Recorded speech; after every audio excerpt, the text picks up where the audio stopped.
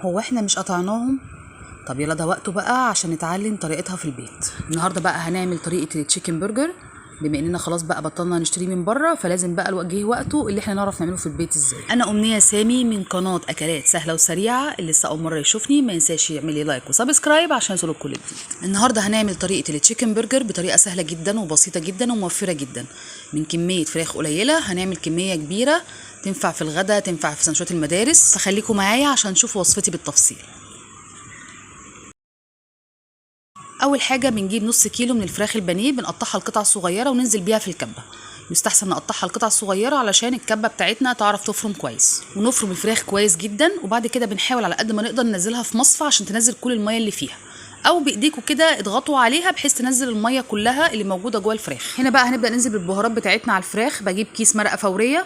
انا الصراحه مش عارفه الماركه دي مقاطعينها ولا لا، بس هي الصراحه كانت كميه عندي اصلا. وبنزل عليها بكيس اللي هو الفيجيتار اللي هو بنعمل بيه البانيه. بيبقى متبل تتبيله كويسه جدا، بيدي طعم البرجر خطير. بفتح الكيس كده وبنزل بيك بالكميه كلها على نص كيلو البانيه.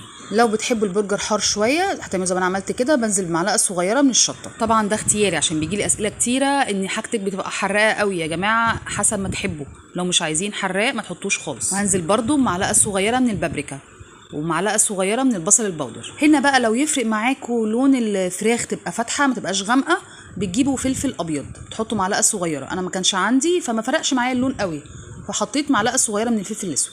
بنزل هنا ب3 معالق صغيرين من الملح. هنا بقى ابدا اخلط المكونات كويس جدا جدا مع بعضها. هنا بعد ما كنت خلطت المكونات نسيت مكون اساسي جدا في الوصفه دي وهو النشا. بنزل ب3 معالق صغيرين من النشا وابدا اعجن تاني لحد ما كل المكونات تتجانس كويس قوي مع بعضها. طبعا هنا بقى هبدا اشكل معايا القطع البرجر. انتوا طبعا عارفين كيس السندوتشات، بمسك كل كيس بقطعه لمربعات صغيره.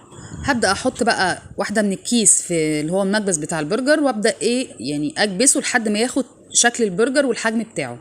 ما عندكوش المكبس ده بتجيبوا غطا بتاع اي برطمان وتحطوا عليه كيس وتنزلوا بقطعه البرجر وكيس من فوقيه وتضغطوا لحد ما تاخد الشكل الدائري بتاعنا. زي ما انتم شايفين كده حطيت قطعه من الكيس من تحت في المكبس، حطيت قطعه الفراخ، ومن فوق بحط قطعه كيس تانية واضغط بالمكبس عشان اعرف اطلع قطعه الفرخه من المكبس بكل سهوله. هبدا بقى اغطي قطعه البرجر بالكيس كده زي ما انتم شايفين.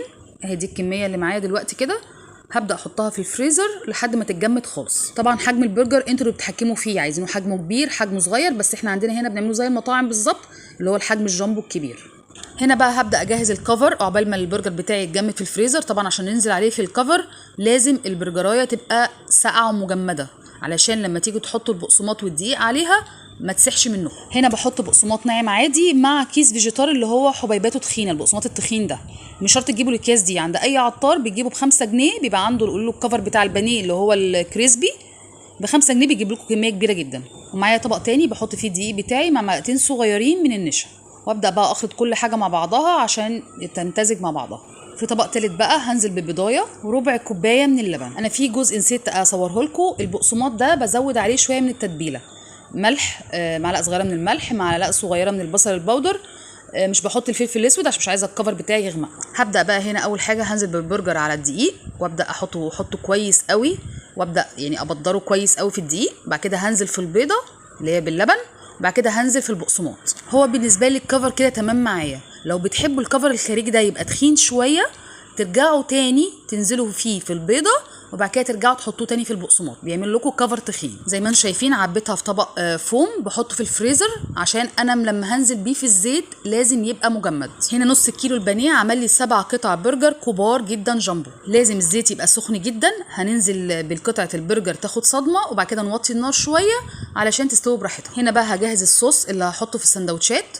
بجيب قطع بصل بقطعها قطع صغيره جدا مع قطع خيار قطع صغيره جدا، انزل عليهم بحوالي ربع كوبايه من الكاتشب، عليهم معلقتين كبار من المايونيز. زي ما انتم شايفين اهو، يعني انا عملت لكم كل حاجه بتاعه الجاهز بالظبط عشان نعمل بقى في البيت ونبطل نشتري من بره. بزود معلقه كبيره من الهوت صوص. الهوت صوص ده يا جماعه بيتي برضو، ان شاء الله بجهز لكم فيديو طريقه عمايله في البيت، سهله جدا وموفره جدا جدا.